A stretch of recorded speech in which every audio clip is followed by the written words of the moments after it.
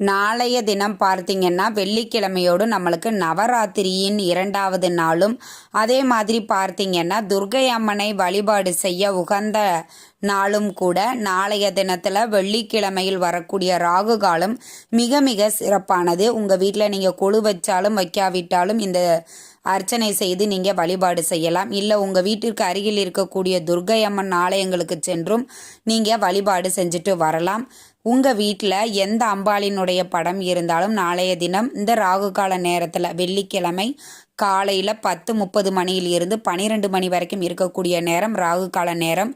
இந்த நேரத்தில் உங்கள் வீட்டில் எந்த அம்பாள் படம் இருந்தாலும் ஒரு தீபம் ஏற்றி வச்சுட்டு குங்கும அர்ச்சனை செய்வது மிக மிக சிறப்பானது. கொழு வச்சிருக்கிறீங்கன்னா கொழுவில் நீங்கள் இந்த அர்ச்சனை செய்யலாம். கலசம் வச்சிருக்கிறீங்க, அகண்ட தீபம் ஏற்றிருக்கீங்க அப்படின்னாலும் அதற்கு முன்னாடி இந்த குங்கும அர்ச்சனை நாளைய தினம் ராகு கால நேரத்தில் செய்வது